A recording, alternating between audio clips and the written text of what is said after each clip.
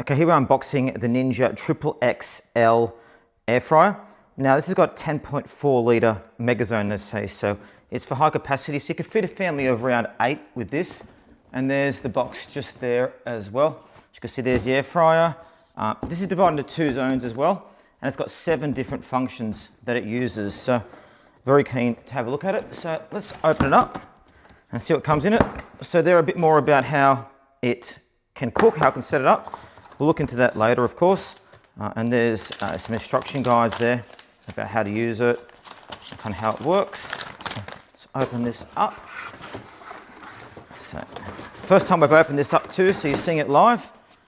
So here is the air fryer just here. Now as you can see, you've got to give 15 centimeters around it when you're cooking, which is important. Now here it is. Wow, now this is big. Okay, now here's the air fryer. Here's the air fryer just here. As you can see, a good size. What I like about it, it's got 2 independent zones. So you've got over here, if you look at the tray, they're 10.4 litres in total, but each zone here is 5.2 litres. Now, each zone acts independently. So you can use this one if you want, and then use this one. And you can also program them separately too. So as you can see here, on the top here, you've got the separate programming zones. So you can program it to that zone, program it to that one if you want. Now, it's got different features on here, depending what you want to do. So you've got the air fry, roast, bake, proof, reheat, dehydrate, and keep warm.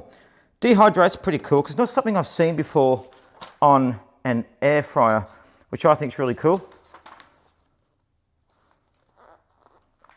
Now, if you want to go and do similar foods in both zones, you press match cook, and it basically matches to the different settings.